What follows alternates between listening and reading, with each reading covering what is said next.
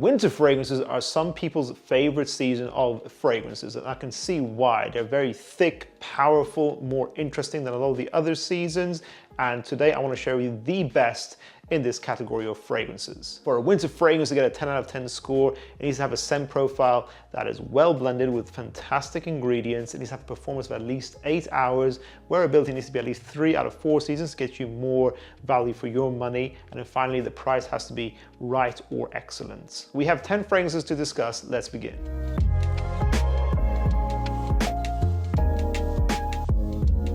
Jaipur Homme Eau de Parfum. A fantastic cheapie I blind bought. I was put onto this by the community. A lot of people kept saying great things about it. Have fantastic ratings of Fragrantica. It smells like a honeyed cinnamon barbershop fragrance. A little bit old school. I think this came out in the late 90s, but it still smells modern enough to wear today. Fantastic blend. It smells super high quality. Such a cheap fragrance, but the presentation is fantastic. The quality is up there. I think this is just an absolute steal for the price. It's like £25, something like that, and it lasts 8 to 10 hours. It smells very gentlemanly, but at the same time kind of mystical and magical. It has a magical aura in the air with this, honestly.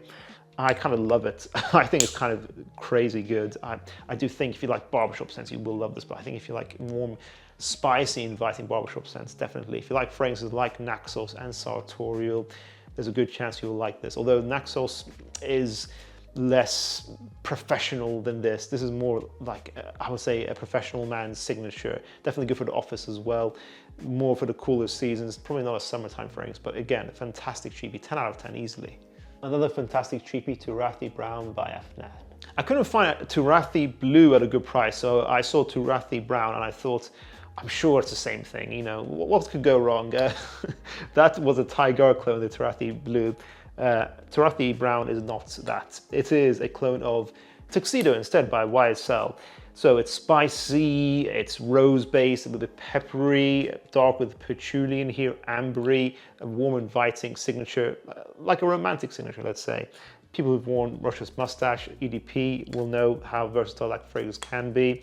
This is a very sexy cheapie though. Rochas Moustache was the clone for Tuxedo in the community, especially here in the UK. But then this came along and I think it fixes the main issue of Moustache, which is that weak projection. It's a very softly projecting fragrance. This is a medium projecting fragrance and it lasts 10 hours. The opening is not the best. It's the weakest point. Maybe the first 20 minutes are a bit synthetic, but then the amberiness, the musks used in here are super sexy. This gets everything right. This is a beautiful signature that, although Tuxedo does smell better, I think I would personally spend my money on this. I think Tuxedo is a little bit overpriced for what it is, honestly. So I'm glad clones like this exist. I kind of think Moustache made the Tuxedo a little bit redundant, and I think this does the same. If you want better projection, get this clone. 37.9% of people who watch School of Scent are subscribed to us. If you guys really want to see our channel grow, go ahead and click subscribe. Let's get that number to 40%. Thank you. Linston the Guerlain Eau de Parfum. For those of you who are absolutely fanatical about Dior Homme Intense, I think you need to have this in your collection. It's not redundant to own both, but I think people who love that style will love this. It's a similar style, powdery cacao, warm, inviting date night fragrances, but I think this could be your signature as well. Fantastic value for money. Guerlain could be arguably considered a niche brand, and I just think Linston's Eau de Parfum is so much better than the Eau de Toilette. I slept on this because I like the Eau de Toilette, but I wasn't blown away by it, but this is so much better. Don't get the EDT, get the EDP in my opinion. It's darker, more complex, more warm. It's just a better cold weather signature. It feels like it knows what it's trying to be, a bit more, has more of an identity than the EDT. It's spicy aniseed with ambers, woods in here, the cacao notes, as I said before. It's just so romantic, so beautifully blended, so smooth. The Guerlain, usual, basically the classic, just a great brand in general. I definitely recommend this release from them. Jean-Paul Gaultier Le Mal Le Parfum. Although Le Mal Elixir gets all the talk these days, I still think this is the #1 scent in the brand. I think it's probably the only 10 out of 10 in Jean-Paul Gaultier. It has the right balance of romanticness, the beautiful animalic masculinity in there as well. It has a beautiful elegance and unique factor with the iris in here. This is the original lavender barbershop Le Mal, made more romantic with cardamom. It's vanillic still, sweet, it's inviting, but balanced, as I said. It smells sexy, masculine. It's just a great evening scent, both for dates and I think just casual environments in general. I think it's just a beautiful evening scent. It has great performance, about 10 hours with a medium projection. This is an upper class scent in the brand. It doesn't smell really youthful like the other scents. This smells a bit more mature, a bit more grown up. Aaron Terence Hughes Onyx Extreme. I don't know what's happening with Aaron's releases nowadays. I don't know if he's available in your region, but if you can get Aaron's stuff, Onyx Extreme is a 10 out of 10. This is, I swear this must have been reformulated. I think it probably wasn't when he went to his new packaging. I think it's just beautiful. I know that the biggest fan of the original Onyx is kind of like a standard rose and oud, but Onyx Extreme takes that idea and puts it to the max. It just ODs it just overdoses this idea. It's very rich, very good quality ingredients, rose, oud, chocolate, vanilla. It smells decadent, but at the same time surprisingly balanced. I don't know how he did it. I think that's the main reformulation here. It smells more balanced than what I remember it being in its old packaging. I think this is just beautiful. Big projectors, or medium to loud projection, just 2 or 3 sprays, people will smell you. You will get compliments with this. I think I got 1 compliment in the few wearings I've given this. This is a big compliment factor fragrance in my opinion. Surprisingly versatile as well. You can wear this in the winter, definitely in the autumn and in the spring. 10 out of 10. Hugo Boss bottled Elixir. I used to hate on Hugo Boss as a brand for fragrances for a long time because their fragrances never perform. They're a bit redundant with all the flankers. And then they just kind of switched it up with Elixir. It made it so sexy, this fragrance. And it's long lasting, finally. It's a long lasting Hugo Boss fragrance. Dark, rich, peppery, spicy, ambery, vanillic. It smells fuzzy. It smells like if Dior Sauvage Elixir became sexy, in my opinion. In my very subjective opinion, like my own style. Like no hate to anyone who likes Sauvage Elixir, but this just smells more inviting, warm, and a little bit dark and mysterious. A great signature for the cold weather, day and night. And it has a similar functionality to something like Code Absolu. If you like that fragrance, I think you'll like this. They're not clones at all, but I just have a feeling you'll like this fragrance. Alexandria Hafez 1984. If you like the idea of red tobacco, but you want it to be a bit more sexy and a little bit more affordable, I say get a 30 ml of Hafez 1984 instead. Compared to the original red tobacco, I definitely think this is better. They have some similarities. This is a smoky, ashy tobacco with the spices.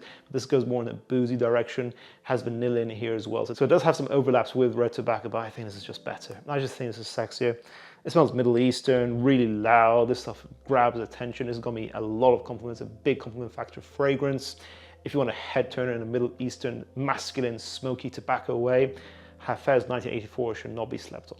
YSL's La Nuit de l'Homme Bleu Électrique. This is the sexiness of the La Nuit DNA, made a bit more modern, a bit more fresh, balanced, warm, woody, cardamom, ambers in here, some lavender, a really sexy, inviting DNA that just stands the test of time. Bleu Électrique improves performance around 6 to 8 hours. Some people get worse than that, so how can you call this a 10 out of 10 if it's not meeting my criteria? This isn't necessarily the entrance into this list today. Actually, this fragrance is often discontinued for most people, depending on your region. Actually, today's entrance is Latafaz Al Nashama Caprice. I'll leave it at that. Merchant of Venice Venezia 21. I've talked about this fragrance a few times on the channel already, and I was gifted this by Max Aroma, so you guys know. But I think now I have a better summary of this fragrance. If you want to be more relatable, imagine something like Ombre Nomade by Louis Vuitton, rose and oud mixed with the gourmand cinnamon praline aspects of Angel's Share. So it's like Angel's Share and Ombre Nomade kind of had a baby. This is Middle Eastern. This is oud, gourmand, cinnamon, saffron, praline. A very sexy, loud, ambery head turner. This is a beautiful, beautiful scent. 12 hours longevity, the loud projection. I think this is like a big special occasion fragrances. If you want a decadent, intense scent, you like Middle Eastern fragrances, try out Venezia 21. Amouage Jubilation 40. This was also gifted to me by Amouage for transparency's sake. But basically, if you want the final boss of fragrances, you just splurge out, you get the best thing you can possibly get. This is it. This is basically like the perfect signature. It is rich, ambery, fruity, oud, myrrh, opoponax, the most expensive, most luxurious materials of all of perfumery, mature. It smells like a king would wear something like this. I feel like if I had to, you know, hook up my boy Charles with a fragrance, I'd be like, yo, Charles, you gotta wear Amouage Jubilation 40 because this stuff is magical. I think it's worth this price tag. I think I gave this an 8.5 when I first got this. This is bumped up to a 10 out of 10. I think this lasts a very long time, over 10 hours with medium projection. You do need to be a bit of a millionaire to buy this, but I think at least sample, you should experience this. This is one of the best fragrances ever made, not just for wintertime, just bar none, of all time, one of the best fragrances to be on this earth right now. that concludes this list, guys. Do you guys agree with my choices I made here today for my 10 out of 10 winter scents? What do you guys think are 10 out of 10 winter fragrances for you? Let us know in the comments down below. If you guys enjoyed this video, make sure to check out our previous video on the top 20 men's winter fragrances. I'll see you guys in the next one. Bye.